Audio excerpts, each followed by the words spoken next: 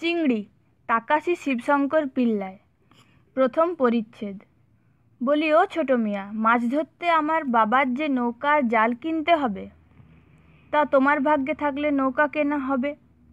এ ধরনের জবাব পেয়ে কারুতাম্মার মুখে হঠাৎ কোনো উত্তর জোগালো না। তাই এক মুহূর্ত চুপ করে থেকে সে বলে উঠল, কিন্তু টাকায় বোধ হয় কিছু কম পড়বে। কিছু টাকা দাও না গো মিয়া সাহেব। টাকা? আমার কাছে টাকা কোথায়? পারিকুট্টি হাত উল্টে দিল, অর্থাৎ নেই। ওর হাত ওল্টানোর ভঙ্গি দেখে কারুতাম্মা হেসে ফেলল। টাকায় যদি নেই, তবে আবার মাছের কারবারি হয়েছ কিসের? কারুতাম্মা, তুমি আমাকে ছোট মিয়া, মাছের কারবারি এসব বলে ডাকো কেন? কি বলে ডাকবো তাহলে? কেন, আমার কি নাম নেই? আমাকে পারিকুট্টি বলে ডাকবে। কারুতাম্মা পারিটুকু বলে ডেকেই হেসে ফেলল। পারিকুট্টি বলল, আরে সবটাই বলো না। কিন্তু হঠাৎ হাসি বন্ধ করে কারুতাম্মা গভীরভাবে মাথা নাড়ল। তারপর বলল, না, পারিকুট্টি বলে তোমায় ডাকবো না। আমিও তাহলে তোমায় কারুতাম্মা বলে ডাকবো না। কি বলে ডাকবে তাহলে? পারিকুট্টির কথা শুনে কারুতাম্মা হি হি করে হেসে উঠল। ওর হাসি দেখে পারিকুট্টিও হেসে ফেলল। অনেকক্ষণ ধরেই দুজনে দুজনের দিকে তাকিয়ে শুধু হেসেই চলল।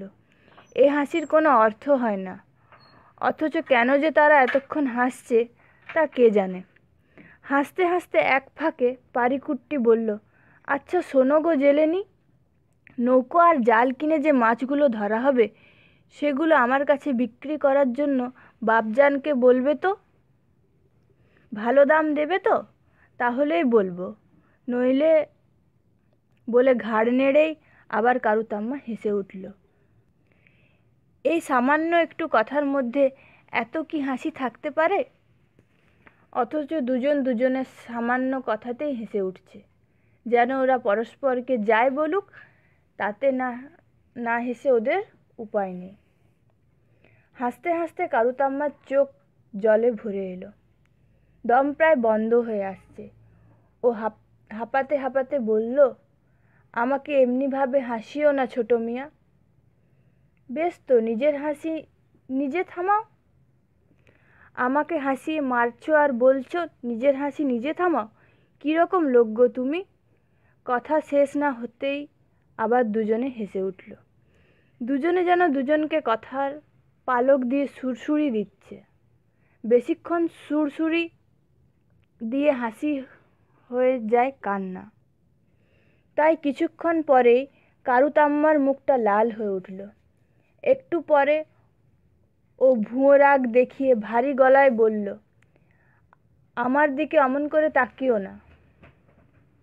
কারুতাম্মার কথা শুনে পারিকুট্টির মুখের হাসি মিলিয়ে গেল। পারিকুট্টি কি না জেনে কোনো অপরাধ করে ফেলল। ও বলল, কারুতাম্মা, তুমিই তো আমাকে হাসালে, আর এখন? আহা, হা হা। হঠাৎ কারুতাম্মা কি না জানি কেন লজ্জা পেয়ে বুকের ওপর আড়াআড়ি হাত রেখে পেছন ফিরে দাঁড়ালো। ওর সারা মুখটা লজ্জায় লাল হয়ে গেছে। এ একটা পাতলা মুন্টু পরে আছে। আহ, কি হচ্ছে ছোট মিয়া? আমার দিকে অমন করে তাকিও না। এমনিভাবে দুজনে হাসাহাসি কথা কাটাকাটি করতে করতে কতটা সময় বয়ে গেছে তা কারুতাম্মার খেয়াল ছিল না। হঠাৎ মায়ের ডাকে ও চমকে উঠল। ওর মা চাকি বাজার থেকে ফিরে এসেছে। মেয়েকে বাড়িতে দেখতে না পেয়ে হাঁকাহাঁকি করছে। মায়ের ডাক শুনে কারুতাম্মা ভয় পেয়ে বাড়ির দিকে ছুটল। একটাও কথা না বলে কারুতাম্মাকে অমনিভাবে ছুটে চলে যেতে দেখে পারিকুট্টি ভাবল কারুতাম্মা সম্ভবত রাগ করে চলে গেল। ভেবে পারিকুট্টির খুব খারাপ লাগলো। কি এমন হতে পারে যার জন্য কারুতাম্মা অমনিভাবে চলে গেল? আর ওদিকে কারুতাম্মাও বাড়ি গিয়ে ভাবতে লাগলো, পারিকুট্টিকে অমন কড়াভাবে কথাটা বলা ঠিক হয়নি। অমন করে ওর দিকে তাকাতে বারণ করেছে। পারিকুট্টি কি মনে করলো যে কে জানে? পারিকুট্টি কি মনে করলো কে জানে? রোজই তো পারিকুট্টির ওর দিকে তাকিয়ে থাকে। কোনো দিন তো ও তাকে কিছু বলেনি, আজ আর এমনভাবে বলে ফেলল।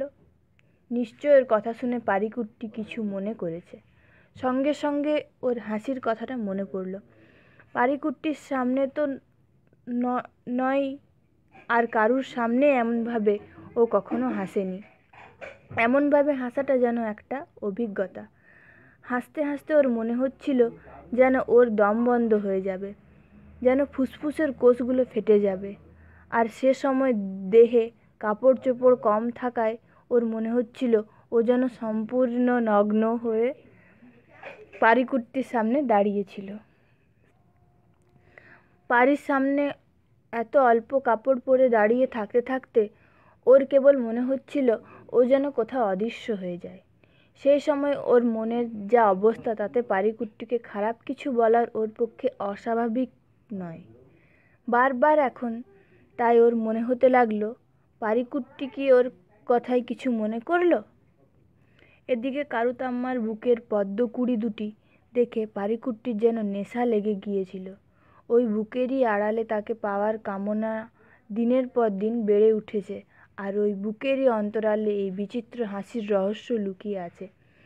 পারিকুট্টির আবার নতুন করে মনে পড়ল কারুতাম্মার পরনে ছিল একটা মাত্র মুন্টু, ভেতরে ছায়া আর কিছু ছিল না। মুন্টুটাও ছিল পাতলা পাতলা অল্প কাপড়ে ঢাকা। কারুতাম্মার দেহটার ছবি ওর চোখের সামনে ভেসে উঠল। সঙ্গে সঙ্গে ওর সমস্ত শরীরটা গরম হয়ে উঠল, শিরায় শিরায় জেগে উঠল রক্তের জোয়ার। হঠাৎ পারিকুট্টির মনে হলো তার ওপর রাগ করেই কারুতাম্মা চলে গেছে। পারিকুট্টি কারুতাম্মার সঙ্গে ভালো ব্যবহার করেনি। ও দেহের দিকে লোভীর মতো তাকিয়ে তাকিয়ে দেখেছে। কারুতাম্মা ওর দৃষ্টির অর্থ বুঝতে পেরেছিল, তাই ওর দিকে পেছন ফিরে দাঁড়িয়ে বলেছিল, আমার দিকে অমন করে তাকিও না। যদি তাই হয়, ওর অসংযত ব্যবহারে যদি কারুতাম্মা রাগ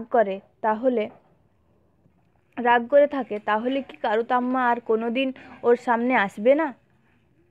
যদি তাই হয়, ও তাহলে কারুতাম্মার কাছে মাপ চাইবে, আর কোনোদিনও ও এরকম অভদ্রতার পরিচয় দেবে না। এমনিভাবে দুজনেই দু জায়গায় বসে ভাবতে লাগলো যে পরস্পরের কাছে তারা ক্ষমা চেয়ে নেবে। কারুতাম্মার বয়স তখন 4 কি 5। সমুদ্রের ধারে ও ঝিনুক কুড়োতো, কাক তাড়াতো, আর জাল ঝাড়ার মতো কুচো মাছ যখন চারিদিকে ছড়িয়ে পড়তো তখন তাই কুড়োতো। তার সঙ্গে তখন আর একজনও মাছ কুড়োতো, তার শৈশবের খেলার সাথী পারিকুট্টি।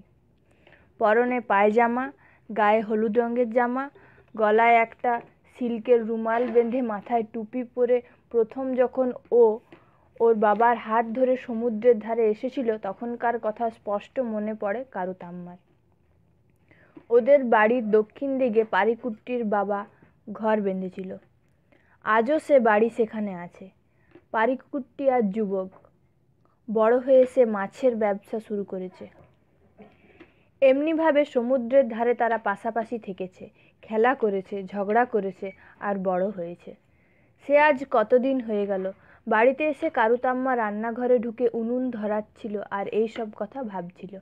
একটার পর একটা কত কথা ওর মনে পড়ছিল। উনুনের বাইরে কাঠ পুড়ে ছাই হয়ে যাচ্ছে, সেদিকে ওর খেয়াল নেই। রান্নাঘরে ঢুকলো ওর মা চাকি। মেয়ের রকম সকম দেখে কিছুক্ষণ চুপ করে দাঁড়িয়ে রইল।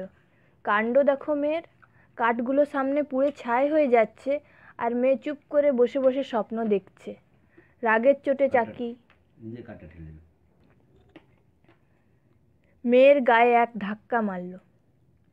কারুতাম্মা চমকে যেন স্বপ্ন থেকে জেগে উঠল। চাকি রেগে গিয়ে জিজ্ঞেস করলো, বলি কার ধ্যান করছিলি রে ছুঁড়ি? কারুতাম্মা যে ভাবে বসেছিল তাতে যে কেউ ওই একই প্রশ্ন করবে।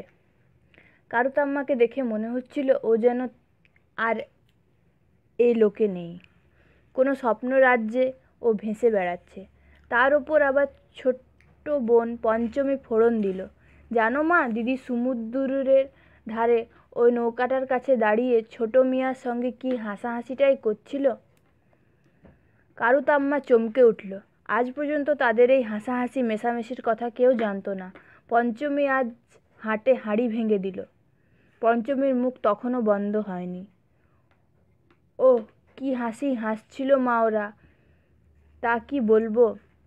তারপর দিদির দিকে তাকিয়ে বলল, কেমন আর আমার সঙ্গে ইয়ার্কি মারবি, তার ফল দেখ কি হয়, বলে দিদিকে বুড়ো আঙুল দেখিয়ে ছুটে পালালো। ব্যাপারটা হয়েছে যে পঞ্চমীকে বাড়ি বসিয়ে রেখে কারুতাম্মা সমুদ্রের ধারে গিয়েছিল। ওদের বাবা চেম্পন কুঞ্জের হুকুম ছিল যে বাড়িতে সবসময় একজন না একজন যেন থাকে। নৌকো আর জাল কেনার জন্য কিছু টাকা বাড়িতে ছিল, তাই নিয়ে চেম্পন কুঞ্জের অস্বস্তির শেষ ছিল না। তাই কারুতাম্মা চলে গেলে পর পঞ্চমীর বাড়ি ছেড়ে যাবার উপায় ছিল না। পঞ্চমী ছেলে মানুষ, পাশের বাড়ির বাচ্চাগুলোর সঙ্গে খেলার জন্যে ওর মন ছটফট করছিল, অথচ বাড়িতে কেউ নেই, কি করেই বা যায়। তাই মাকে দিদির নামে লাগিয়ে এমনিভাবে ওর রাগের প্রতিশোধ নিল। পঞ্চমীর কথা শুনে চাকি হাঁ করে দাঁড়িয়ে রইল। তারপর মেয়েকে জিজ্ঞেস করলো, বলি এ কি শুনছি? কারুতাম্মা কোনো উত্তর দিল না। তোর যে দেখছি খুব বাড় বেড়েছে, তুই ভেবেছিস কিরে হারামজাদি? এবার আর জবাব না দিলে চলবে না। কিন্তু কি বলবে, অনেক ভেবে একটা জবাব বানিয়ে নিল। আমি সমুদ্রের ধারে গেলে পর? ছোট মিয়া তখন নৌকোতে বসেছিল। তাতে হাসাহাসির কারণটা কি হলো শুনি? নৌকো আর জাল কেনার টাকা কম পড়লে আমাদের কিছু টাকা ধার দিতে পারবে কিনা জিজ্ঞেস করলাম। নৌকো আর জাল কেনার টাকা কম পড়লে আমাদের কিছু টাকা ধার দিতে পারবে কিনা জিজ্ঞেস করছিলাম। পাড়িকুট্টির কাছে টাকার কথা জিজ্ঞেস করতে তোকে আমরা বলেছিলাম? কাল তুই আর বাবা বলাবলি করছিলে না যে ছোট মিয়ার কাছে টাকা চাইবে? কাল তুমি আর বাবা বলাবলি করছিলে না যে ছোট মিয়ার কাছে টাকা চাইবে? এসব শুধু অজুহাত মাত্র, আর এই অজুহাত বানানো ছাড়া কারুতাম্মার অন্য কোনো উপায়ও ছিল না। চাকি কারুতাম্মার আপাদমস্তক জ্বলন্ত দৃষ্টিতে একবার তাকিয়ে দেখল। চাকি আজ কারুতাম্মার ওই বয়সটা পার হয়ে এসেছে। নইলে চাকির যখন কম বয়স ছিল তখন সমুদ্র তীরে ছোট ছোট মাছের ঝাপগুলোতে ছোট মাছের ব্যবসাদাররাও ছিল। তীরে বাঁধা নৌকাগুলো আড়ালে ডেকে এনে তারাও চাকিকে এমনিভাবে হাসাতে পারত, কিন্তু সেরকমটা কিছু ঘটেনি। কারণ চাকি বংশ পরম্পরায় তার মা দিদিমার কাছে যে শিক্ষা পেয়েছে, যে নীতি কথা সে শুনে এসেছে, তা সে কিছুমাত্র ভোলেনি। তার মা দিদিমার কাছ থেকে সে শুনেছিল এক পুণ্যবতী জেলেনির পবিত্র জীবন কাহিনী। এই সতী জেলেনির জীবন কাহিনী শুনেই জেলের ঘরের মেয়েরা তাদের চরিত্র ঠিক রাখতে পারে। চাকিও পেরেছে। সেই পুণ্যবতী জেলেনির আদর্শ অনুসরণ করে শুদ্ধ মন নিয়ে স্বামীর সেবা করেছে, ওদের এই সাগর তীরকে পবিত্র রেখেছে। চাকি আজ আবার অনেক দিন পরে এই গল্প মেয়েকে শোনালো। সে অনেক দিন আগেকার কথা। একদিন এক জেলে সমুদ্রে মাছ ধরতে গিয়ে স্রোতের বিপরীত দিকে তার নৌকো চালিয়ে নিয়ে গিয়েছিল। দূর চক্রবালে যেখানে সমুদ্র গিয়ে দিগন্তের সঙ্গে মিশেছে, সেই অত দূরে সে চলে গিয়েছিল। তার বেরোনোর সময় সে সমুদ্র তীরেই তার জেলেনি পশ্চিম দিকে তাকিয়ে স্বামীর মঙ্গলের জন্য ব্রত করতে বসল। কিছুক্ষণ পরেই ভয়ানক ঝড় তুফান শুরু হলো। তিমি মাছ হাঁ করে সেই জেলেকে খেতে এলো। হাঙরেরা লেজের ঝাপটা দিয়ে তার নৌকাকে ভেঙে চুরমার করতে চেষ্টা করলো। হঠাৎ তার নৌকোটা একটা ঘূর্ণিঝড়ের মধ্যে পড়ে গেল। বাঁচার আর তার কোনো আশাই ছিল না, কিন্তু নিশ্চিত মরণের হাত থেকে লোকটা আশ্চর্যভাবে রক্ষা পেল। শুধু তাই নয়, একটা প্রকাণ্ড মাছ ধরেও সে তীরে উঠেছিল। কি করে সে ভয়ানক ঝড় তুফান ওই নিশ্চিত মৃত্যুর হাত থেকে রক্ষা পেল? তিমি মাছ কেন ওকে গিলে খায়নি? হাঙর বারবার নৌকোতে লেজের ঝাপটা মারলেও ওর নৌকোটার এতটুকুও কিছু হয়নি কেন? ঘূর্ণির মধ্যে পড়েও নৌকো শুদ্ধ লোকটা বেঁচে গেল কি করে? এসব অসম্ভব সম্ভব হলো কি করে? একমাত্র কারণ তার জেলেনির সেই একান্ত তপস্যা, স্বামীর প্রতি তার একনিষ্ঠ প্রেম, তার খাঁটি চরিত্র। এই আশ্চর্য তপশ্চর্যার কথা সমুদ্র তীরের সমস্ত জেলেনির জানা আছে। সেই একনিষ্ঠতা, সেই শুদ্ধতা চাকিও নিজের জীবনে মেনে এসেছে। তবে চাকির পূর্ণ যৌবনের দিনে কি কোনো মাছের কারবারি, কোনো দোকানদার তার দেহটার দিকে তাকিয়ে দেখেনি? দেখেছে বৈকি, কিন্তু যাতে চাকি কুপথে না পা দেয় তার জন্য চাকির মাও চাকিকে সমুদ্রের তীরে জেলেনির সে অদ্ভুত তপস্যার কথা, সেই অদ্ভুতভাবে পবিত্র খাঁটি জীবন কাহিনীর কথা বলে ওকে সাবধান করে দিয়েছে। আজকে পারিকুট্টির সঙ্গে এমনভাবে হাসাহাসিতে কারুতাম্মার দোষ থাকুক বা না থাকুক, চাকি এই অবসরের গল্পটা বলে নিল। সবশেষে বলল, তুই আর খুকিটি নেই বুঝলি, তুই এখন ডাগর হয়েছিস, এখন তোকে সকলে খুকি না বলে জেলেনিই বলবে। এখন আর ছেলে মানুষের মতো হাসাহাসি করার বয়স নেই বুঝলি। মার মুখে জেলেনি কথাটা শুনেই কারুতাম্মার মনে পড়ল পারিকুট্টির তাকে জেলেনি বলে ডাকা। চাকির কথা তখনও শেষ হয়নি। ও বলল, দেখ খুকি, এই মস্ত বড় সাগরটার বুকের ভেতর সব আছে, যা চাইবি সব। সমুদ্রের কত ঝক্কি মাথায় নিয়ে জেলেরা মাছ ধরতে যায়, সেখানে কত কি না হতে পারে, কিন্তু দেখবি তারা সব ঠিক মতো ফিরে আসে। কেন জানিস? সমুদ্রের তারা যখন যায় তখন তাদের বাঁচা মরা সব নির্ভর করে তাদের জেলেনিদের ওপর। জেলেনিরা যদি খাঁটি থাকে তাহলে তাদের মিনসেরা ঠিকই ঘরে ফিরে আসে, নইলে দেখতিস তাদের নৌকাগুলো সব ঘূর্ণির মধ্যে পড়ে ডুবে যেত।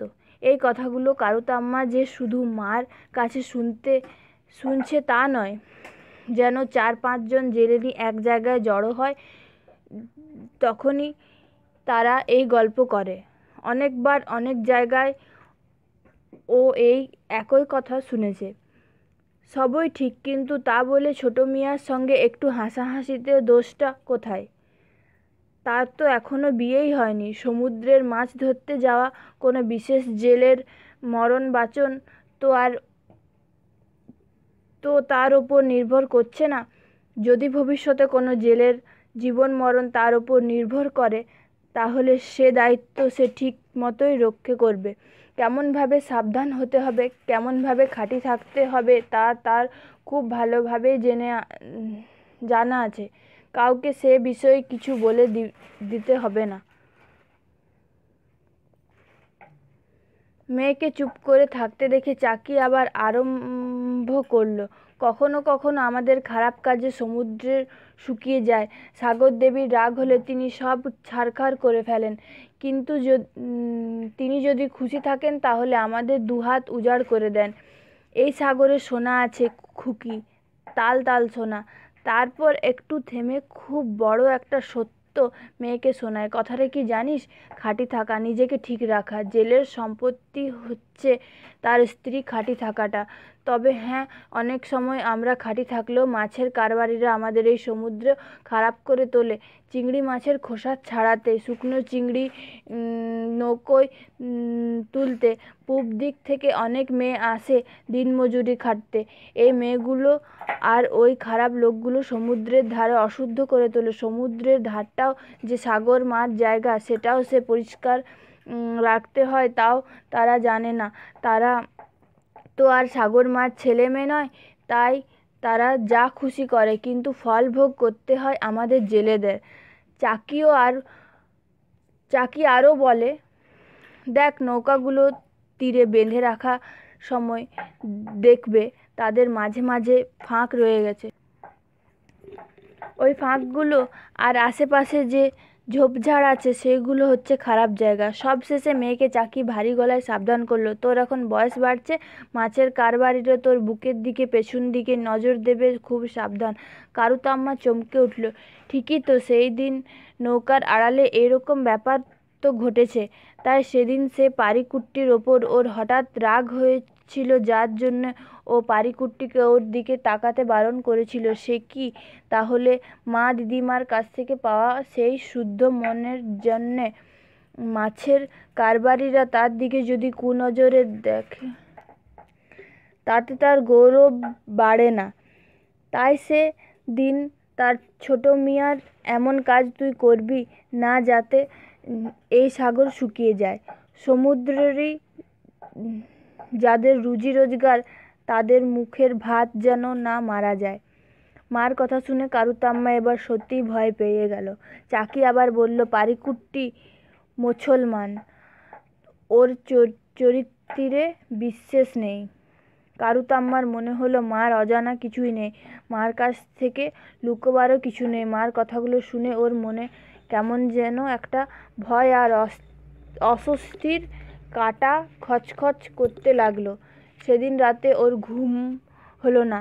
পঞ্চমীর কথা মনে পড়ল, কিন্তু পঞ্চমী ওর গোপন কথা সব বলে দিলেও এখন আর পঞ্চমীর ওপর কোনো রাগ হচ্ছে না। পঞ্চমী যে ওর নামে অমনভাবে মার কাছে লাগালো তাতেও ওর কিছু মনে হলো না। তাহলে কি ও দোষ করেছে বলে পঞ্চমীর ওপর রাগ নেই? তাই হবে, নইলে অন্য সময় এত বড় একটা কথা এমনভাবে বললে পঞ্চমীর ওপর ওর রাগ কোনোদিনও যেত না। হাজার হাজার বছর ধরে জেলেনীরা যে সংস্কার মেনে আসছে, যে বিশ্বাস পোষণ করে আসছে, তার থেকে সেও তো বাদ পড়েনি। এখন সেই সংস্কারের সেই সুচিতার রূপ যেন তার কাছে স্পষ্ট হয়ে আসছে। কারুতাম্মার মন যখন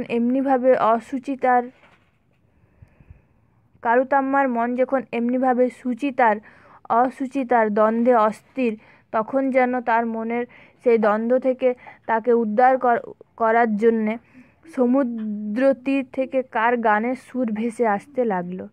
কে কে গান গাইছে? কারুতাম্মা কান খাড়া করলো। পারিকুট্টি গান গাইছে। পারিকুট্টি ভালো গান গাইতে পারে না, কিন্তু আজ ও নৌকোয় ছই বসে প্রাণ খুলে গান গাইছে। কারুতাম্মা বুঝতে পারল, পারিকুট্টি যে ওখানে বসে আছে তা কারুতাম্মাকে এমনভাবে জানানো ছাড়া উপায় কি? ওর এইভাবে চিৎকার করে গান গাওয়ার অর্থ আর কেউ না বুঝলেও যার বোঝার সে বুঝেছে, যার জন্য এই গান গাওয়া সে শুনেছে। কারুতাম্মা ভয়ানক উসখুস করতে লাগলো। পারিকুট্টির কাছে যাওয়ার জন্য মন ছটফট করছে। এখন যদি ও বেরিয়ে পড়ে তাহলে কেউ জানতে পারবে না। কিন্তু পারিকুট্টি যে তার দিকে হাঁ করে তাকিয়ে তাকিয়ে দেখবে। যেতে হবে, ওকে যেতে হবে নৌকোগুলোর আড়ালে। মা আজকেই বলেছে যে ওই জায়গাগুলোই হচ্ছে সবচেয়ে সাংঘাতিক জায়গা, যত কিছু দুর্ঘটনা ওইখানে ঘটে। আরও খারাপ কথা হচ্ছে পারিকুট্টি যাতে মুসলমান। পারিকুট্টির গান তখনও থামেনি। প্রেমের যে বিশেষ গানটি ওখানকার জেলেরা গায়, সেই গানটির শেষ বিশেষ সুরটি পারিকুট্টির গানে স্পষ্ট হয়ে উঠেছে। কারুতাম্মা মনে মনে ভগবানকে ডাকতে লাগলো, যদি আর কিছুক্ষণ ও এই গান শোনে তাহলে ও আর শুয়ে থাকতে পারবে না, দরজা খুলে বেরিয়ে পড়বে। কারুতাম্মা সত্যিই খুব ভয় পেয়ে গেল। পারিকুট্টি এমনভাবে তার বুকের দিকে তাকায় যে তার বুক ধড়াস ধড়াস করে উঠে, কিন্তু তবু সে চাহনিতে ও কি যেন একটা আনন্দও পায়। সারা গায়ে কাঁটা দিয়ে ওঠে। তাকালেও বা পারিকুট্টি ওর বুকের দিকে বুকত একতাল মাংসপিণ্ড ছাড়া আর কিছুই নয়। হঠাৎ ও উপুড় হয়ে শুয়ে পড়ে, কানে আঙুল দিল, কিন্তু তা সত্ত্বেও সেই গান যেন ওর বুকের ভেতর আওয়াজ তুলতে লাগলো। ওর সেই গান শুনতে শুনতে সারা দেহ মন অবশ হয়ে আসতে লাগলো। কারুতাম্মা নিজেকে আর ধরে রাখতে পারে না, বারবার করে ওর চোখ দিয়ে জল গড়িয়ে পড়তে লাগলো। ওদের এই ছোট ঘরের দরজা হয়তো খোলা যায়, যদি না খোলে ভাঙাও যায়, কিন্তু সংস্কারের যে ভারী দেওয়ালের আড়ালে ও আজ বাধা পড়েছে তা ভেঙে কি করে ও বেরোবে? এর থেকে এত সহজে মুক্তি পাবার তো ওর কোনো উপায় নেই, বেরোতে চাইলেও বেরোতে পারবে না। এই দেওয়ালের জমাট বাঁধা কংক্রিটের হাজার হাজার বছর ধরে সমুদ্র তীরের জেলেদের সংস্কারে গড়া উঁচু কঠিন দেওয়ালের আড়ালে সে বাঁধন। সে দেওয়ালের কোথাও কোনো ফাঁক নেই, কিন্তু ওর দেহ যা চাইছে, ওর মন যা চাইছে তাকে ও অস্বীকার করবে কি করে? ওর যৌবন, ওর লোভী মন যদি সেই দেওয়াল ভাঙতে চায়, ও তো জানেন এমনিভাবে কত কংক্রিটের দেওয়াল ভেঙে গেছে। পারিকুট্টির গান তখনও সেই নির্জন সমুদ্র তীরের হাওয়ায় হাওয়ায় উড়ে বেড়াচ্ছে।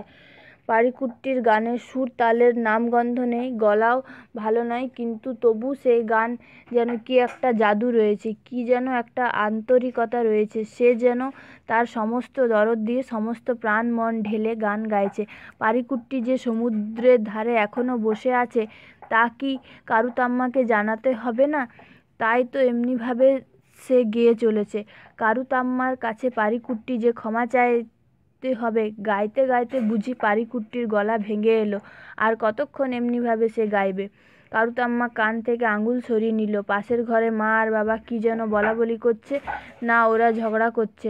কারুতাম্মা কান খাড়া করে রইল। হরি হরি, ওর কথাই যে তারা বলছে।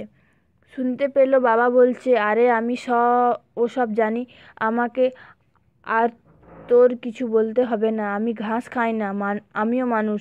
চাকি বলল, ওহ কি আমার মানুষ রে? মেয়েটার দিকে একবার নজর দিয়েছ? সে গোল্লায় যাচ্ছে, তার কি না যাচ্ছে তার খোঁজখবর নিজে নিয়েছ? যা যা, বেশি করে বকর বকর করিস শনি। তার আগেই আমি ওর বিয়ে দিয়ে দেব। বলি, তা কি করে হবে? পয়সা না দিলে কে আসবে তোমার মেয়েকে বিয়ে করতে? হবে পয়সা জোগাড় হবে।